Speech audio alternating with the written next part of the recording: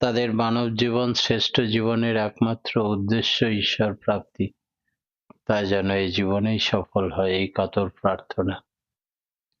শ্রী শ্রী ঠাকুর আমাদের কোনো বিষয় সম্বন্ধে বলতে বাকি রাখলেন না, যাতে করে একজন সৎসঙ্গী মানে ব্রহ্মজ্ঞানী এবং তার সার্বিক গুণ জ্ঞান গরিমা শব্দে ভরপুর হয়ে থাকে।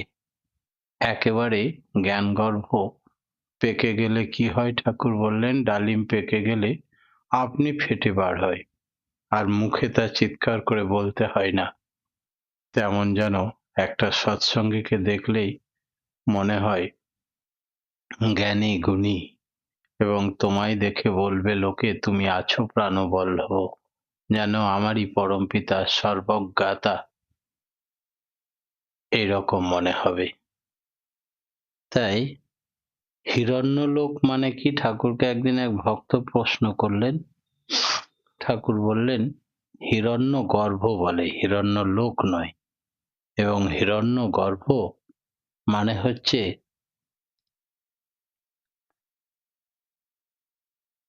প্রত্যেকটি স্তরের এক একটি নাম আছে। তাই একটা রিজিয়ন বা আলো এলাকা থাকে, এলাকাকে লোক বলা হয়। সেখান থেকে প্রকৃতি ও পুরুষের সংযোগে সৃষ্টি উৎসারিত হচ্ছে। ত্রিকুটি এবং দশম দ্বারের মাঝখানে ডার্ক স্টেজ, অন্ধকার স্তর আছে। সেখানে অনেকে মার্চ করে যায়, লয় হয়ে যায়। সেটা অতিক্রম করে গেলে হিরণ্যলোক, সেটা আবার ব্রাইট লাইক মর্নিং সান, অর্থাৎ প্রাত সূর্যের মতো উজ্জ্বল হয়ে ওঠে। এই এলাকাটাকে বলা হয় হিরণ্যলোক।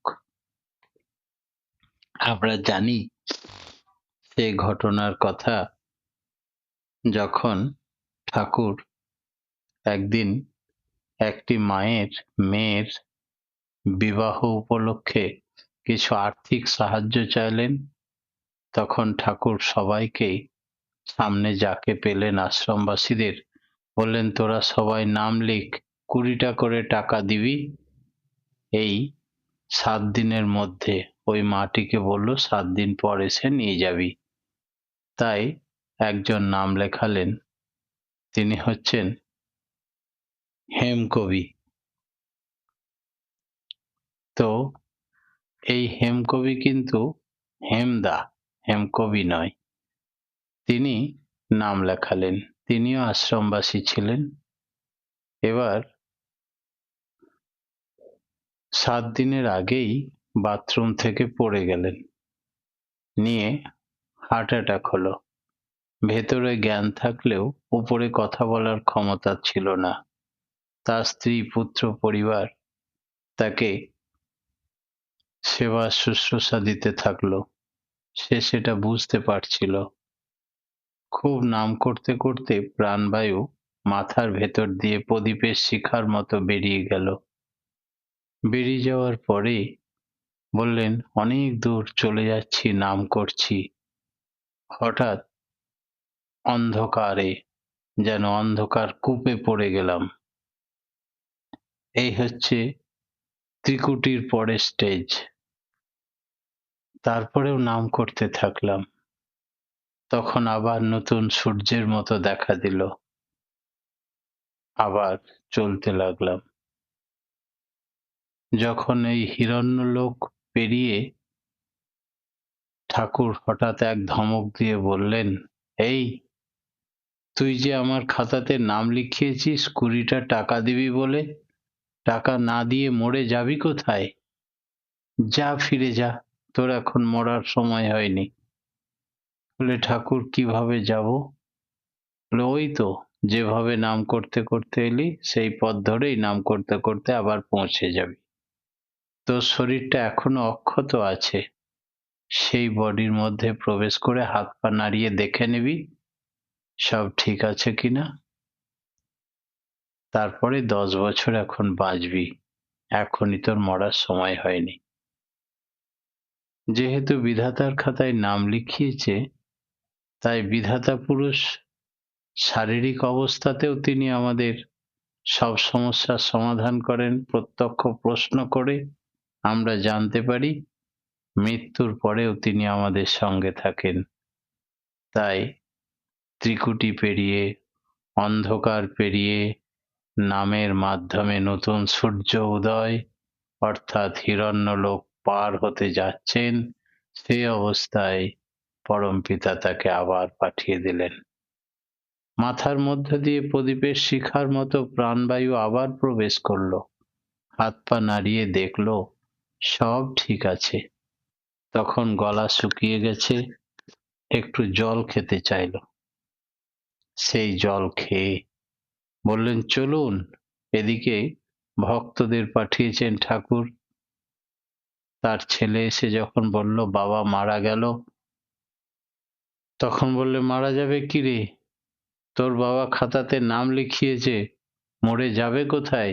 যা তোরা গিয়ে তাকে ধরে, ডেড বডিটাকে ধরে নাম কর।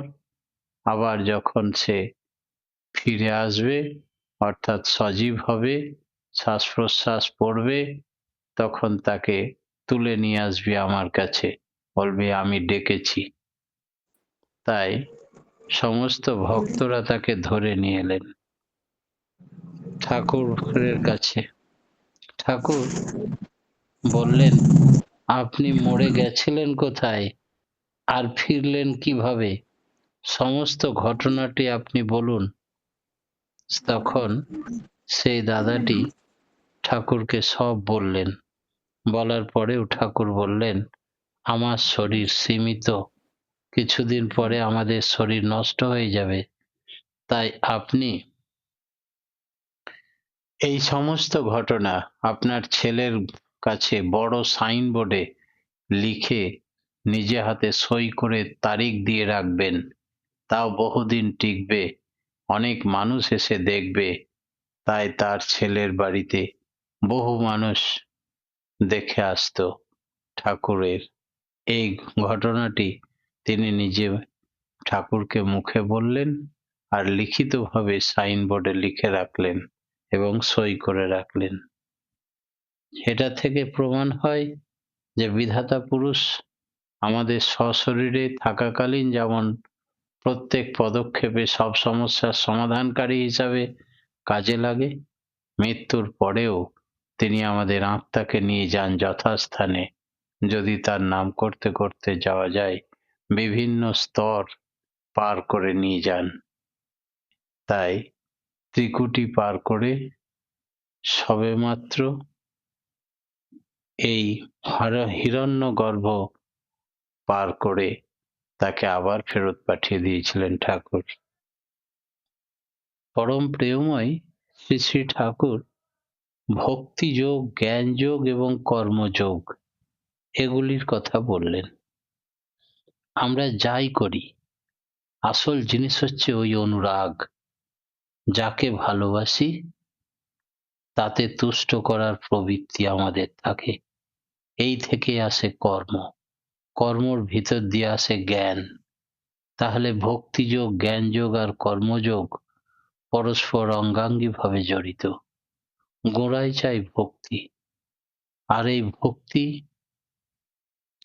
কোনো একটা আবেগ, শুধু আবেগ নয়, তার সঙ্গে সক্রিয় আবেগ। ভক্তি যদি সক্রিয় না হয়, অ্যাক্টিভ না হয়, সেবা যদি উপচে না ওঠে, তবে সেটা ভক্তি নয়, উর্জি ভক্তি হতে হবে। ভক্তি এসেছে ভজ ধাতু থেকে। ভজ মানে ভজন করা, অর্থাৎ সেবা যেমন ভাগ্যও তেমন। ভক্তির ভিতর দিয়ে যার ভাগ্যের চেতনা হয়, যেমন ভাব ফুটে ওঠে, তেমনি সমন্বয়, সামঞ্জস্য, অনুরাগ আমাদের জীবনকে আসল সম্পদ দান করে। সক্রিয় অনুরাগের পাত্র যার যেমন চরিত্র, তার অনুরঞ্জিত হয়ে ওঠে তেমনতর। আসল কথা, আকাশের ভগবান অনুরাগ হয়ে নেমে আসে না, আমার ভেতরে এবং বাইরে একই মানুষ আমাকে অনুরক্ত করলে আমার ভিতর একটা অ্যাডজাস্টমেন্ট বা নিয়ন্ত্রণ বা ফোর্স বা উইল ফোর্স নিয়ে আসে, সেটাই প্রকৃত জ্ঞান ও প্রজ্ঞা। বিভিন্ন প্রবৃত্তির মধ্যে একটা সার্থক সামঞ্জস্য না থাকলে প্রজ্ঞা জিনিসটা গজায় না। যেন গড্ডালিকায় প্রবাহে গা ভাসিয়ে দেওয়াতে ধর্ম হয় না। কোনটা কোথায় সার্থক সেই সম্বন্ধে একটা বিহিত দর্শন থাকা চাই, যেটা সারদা মায়ের হয়েছিল। কিরকম জানেন? সারদা মায়ের কাছে একদিন একটা বারবনিতা নষ্টা মেয়ে এসেছেন। এসে সাষ্টাঙ্গে প্রণাম করে খুব কান্নাকাটি করছে। তখন সারদা মায়ের কাছে সম্ভ্রান্ত পরিবারের বিশেষ মহিলারা সঙ্গ করছিলেন। তারা সকলেই বললেন যে ও কুলোটা, ও নষ্টা। মা বললেন, তাতে কি হয়েছে? বলে তাকে উঠিয়ে বুকে চেপে জড়িয়ে ধরলেন, অনেক সান্ত্বনা দিলেন, মাথায় গায়ে হাত বুলিয়ে আদর করলেন। তখন সকলে বলতে লাগলো, মাগো আপনি জানেন না, মেয়েটা নষ্টা ভ্রষ্টা। ও যদি আপনার এখানে রেগুলার আসে তাহলে বহু ভালো পরিবার আপনার এখানে আসা বন্ধ করে দেবে। মা দৃঢ় কণ্ঠে বললেন, শোনো, কেউ যদি না আসে আমি কাউকে জোর করে আনতে পারবো না। যার ইচ্ছা হবে সে আসবে, যার ইচ্ছা হবে আসবে না। তবে ওই জন্য আমি এই মেয়েটিকে আসতে বারণ করতে পারবো না। কারণ তোমাদের তো স্ত্রী পুত্র পরিবার আত্মীয় স্বজনের ভালোবাসা আছে। ওর যে কেউ নেই পৃথিবীতে ভালোবাসার পাত্র আমি ছাড়া। আমিও যদি ওকে বিতাড়িত করে দিই তবে ও বাঁচবে কি নিয়ে? তাই ওকে আমি তাড়াতে পারবো না, আসতে বারণ করতে পারবো না। তখনকার কলুষিত সমাজ, আভিজাত্যের অহংকার, জাতপাতের সম্ভ্রম সমস্ত উপেক্ষা করে মা তাকে বুকে ঠাঁই দিলেন। শুধু তাই নয়, তিনি যখন বিধবা হলেন, বিধবার ড্রেস পরতে যাবেন, তখন ঠাকুর রামকৃষ্ণদেব প্রকট হয়ে দেখা দিয়ে বললেন, ভেঙো না হাতের শাখা আসিব আবার, পুড়াইব মনস্কাম তব।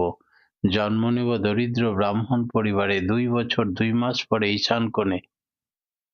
সারদা পুঁথিতে এইসব কথা শুনে সারদা মা বহুদিন বিধবা হওয়ার পরেও সধবার ড্রেস পরতেন। আবার সারা জীবন তিনি লাল পেড়ে শাড়ি পরতেন বিধবা হওয়ার পরেও। কলুষিত সমাজ, অনেকে আঙুল তুলে কি বলবে সেধারে ভ্রূক্ষেপ করেননি। যখন বিধবা মায়েরা নির্জলা উপোস করে, একাদশী করে, তখন তিনি রুখে দাঁড়িয়ে বলতেন, ধর্ম উপোস করে শরীরকে ক্ষীণ করে রুগ্ন করে হয় না। ধর্ম করতে গেলে নিরোগ সুস্থ সবল শরীর চাই। তাই তোমাদের নির্জলা এইভাবে উপোস করতে হবে না একাদশী করতে গিয়ে। তিনি সমাজের বহু সংস্কারক বলা যেতে পারে। যখন মায়েদের পুজো করার কোনো অধিকার ছিল না, মন্দিরের ভেতরে প্রবেশের অধিকার ছিল না, তিনি তখন অধিকার দিলেন, মেয়েরা পুজো করতে পারবে, মেয়েরা গীতা পাঠ করতে পারবে, মেয়েরা মন্দিরের ভেতরে প্রবেশ করতে পারবে। এই অধিকার তিনি দিলেন। তাই তিনি মাতৃ আন্দোলনের পুরোহিত বলা যায়, মাতৃ জাগরণের প্রথম হোতা বলা যায়। এমনটা দৃঢ় প্রতিজ্ঞ না হলে, ধর্মের যদি তার মধ্যে স্পর্শ না থাকতো, তাহলে সার্থক করে তুলতে পারতেন না দৃঢ় সামঞ্জস্য নিয়ে। তাই প্রজ্ঞা জিনিসটা এরকম। ভক্তি হলে জ্ঞান ক্ষীণ হয়। মানে কি? সান্ডিল্য ভক্তি সূত্রে বলা আছে যে ভক্তি হলে নাকি জ্ঞান ক্ষীণ হয়ে যায়। শ্রী শ্রী ঠাকুর এই সম্পর্কে বললেন, ভক্তি হলে জ্ঞান ক্ষীণ হয় মানে জ্ঞান অভিমান ক্ষীণ হয়, জ্ঞান ক্ষীণ হয় না, বরং জ্ঞান জেল্লা বাড়ে, আর জ্ঞানের অভিমান বা অহংকার থাকে না। প্রকৃত ভক্ত বা জ্ঞানী হলে তার ভিতর হীনমন্য অহংকার ঠাঁই পায় না। জ্ঞানী ব্যক্তি কোনো হীনমন্যতা, লোকে পাছে কিছু বলে এসব, বা কোনো অহংকার, এগুলো তার চরিত্রে ঠাঁই পায় না, স্থান পায় না।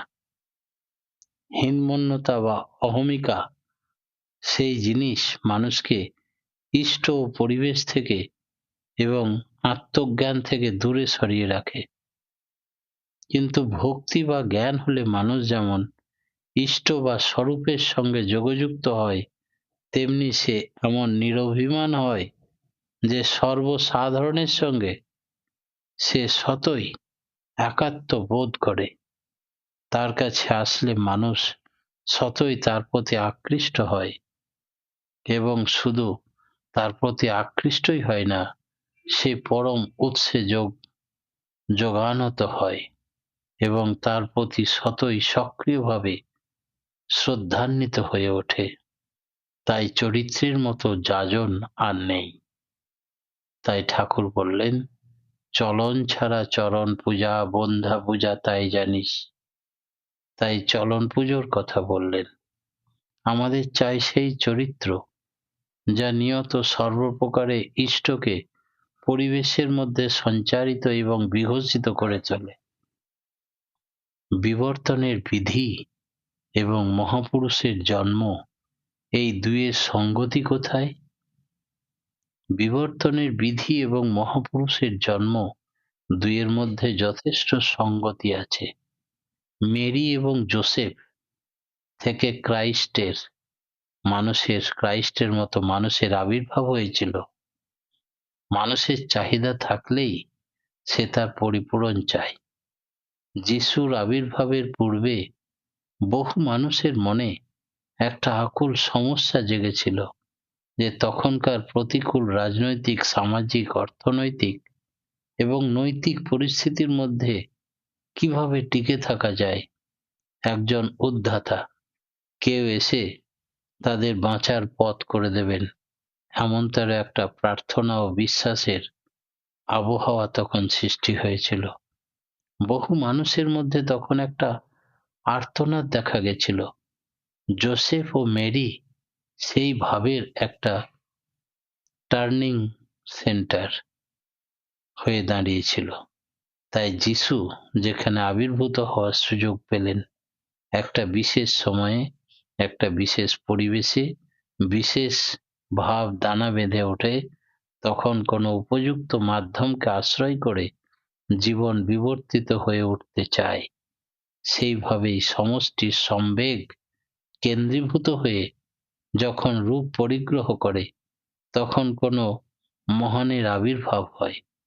তিনি সাধারণের থেকে অনেক বড়। মানুষ সেই ব্যাপারটাকেই ঈশ্বরীয় শক্তির অবতরণ বলে মনে করেন। এই সব অবতার পুরুষ মানুষের কাছে একটা নতুন জীবনের আদর্শ তুলে ধরেন। মানুষ তার প্রতি আকৃষ্ট হয়ে যত তাকে অনুসরণ করবে, ততই সভ্যতা, সংস্কৃতি, কৃষ্টি বিবর্তিত হয়ে চলবে। বিবর্তনের এই যে সাধারণ বিধি, তা দিয়ে অবতার মহাপুরুষের আবির্ভাবের কারণটা ঠিক বোঝা যায়। বিবর্তনের বিধির পিছনে যদি আর্জ এবং এনার্জি, আকুতি এবং শক্তি না থাকে, তবে তা কার্যকরী হবে কি করে? জোসেফের বিবর্তনের ভাব তো চলছিলই, তিনি যা নিয়ে জন্মেছিলেন তার উপরে দাঁড়িয়ে তার সাধনা চলছিল।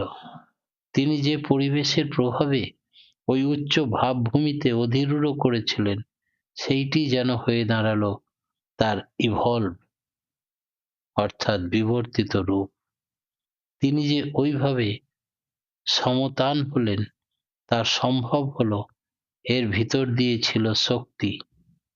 রেডিও যন্ত্রে বিশেষ টিউনিং বা একতানতা থাকে বলেই বিশেষ তরঙ্গকে ধরতে পারে, শূন্যস্থানে তা কি ধরা যায়? তাই সেম টিউনিং থাকতে হয়।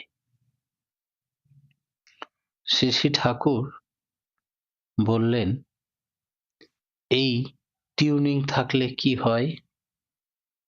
একবার বিরূপাক্ষদা ঠাকুরকে একান্তে পেয়েছেন বাংলাদেশে পাবনা জেলায় হিমায়তপুর গ্রামে, আশ্রমের পাশেই পদ্মা নদী। পদ্মা নদীর বালির চড়ায় জ্যোৎস্নার রাত্রিতে বিরূপাক্ষদা ঠাকুরের চরণ প্রান্তে বসে করজোড়ে বলছেন, হে প্রভু, আজকে পেয়েছি একান্তে নিরিবিলিতে, আমার একটা মনের প্রশ্ন আছে, জবাব দিন। বলে, কি প্রশ্ন? বলে ফেলো। বলে, কেউ যদি ঈশ্বরের ভক্ত থাকে, দীক্ষাও নেয়, পরবর্তীতে যদি ঠিক মতো না করতে পারে, তবুও কি সদ্গুরু আপদ বিপদে পড়লে তাকে রক্ষা করবেন, না ছিন্ন মেঘের মতো তার সাধনা দীক্ষা সব বিফলে যাবে? শ্রী শ্রী ঠাকুর ভগবান শ্রীকৃষ্ণের মতো একই উত্তর দিলেন। বললেন, শুনুন, কেউ যদি একদিনের জন্যেও ভগবানের প্রতি ভক্তি, শ্রদ্ধা, প্রেম, ভালোবাসা জন্মায়, ঈশ্বর তাকে কখনো ছেড়ে দেন না। ইহ জগতে যতই আপদে বিপদে পড়ুক না কেন, সে যদি তাকে শ্রদ্ধা সহকারে স্মরণ মনন করে, ঈশ্বর যে কোনো লোকের ভেষ ধরে তাকে রক্ষা করেন। আর মৃত্যুর পরে তার যেন আবার ইষ্ট প্রাণ হয়ে সদ্গুরুর দীক্ষা নিয়ে বাকি সাধনা সম্পন্ন করতে পারেন, তার সুযোগ করে দেন, পুনরায় সদ্গুরুর দীক্ষার ব্যবস্থা করে দেন তিনি। তিনি এত দয়ালু, সেই জন্য সদ্গুরুর দীক্ষা এত প্রয়োজন। কিরকম? একটা ঘটনা বলি, তাহলে বুঝতে পারবেন। একটি মা ঠাকুরের দীক্ষা নিয়েছেন। দীক্ষা নেওয়ার পরেও সে কিন্তু শুধুমাত্র ভগবান শ্রীকৃষ্ণই ভগবান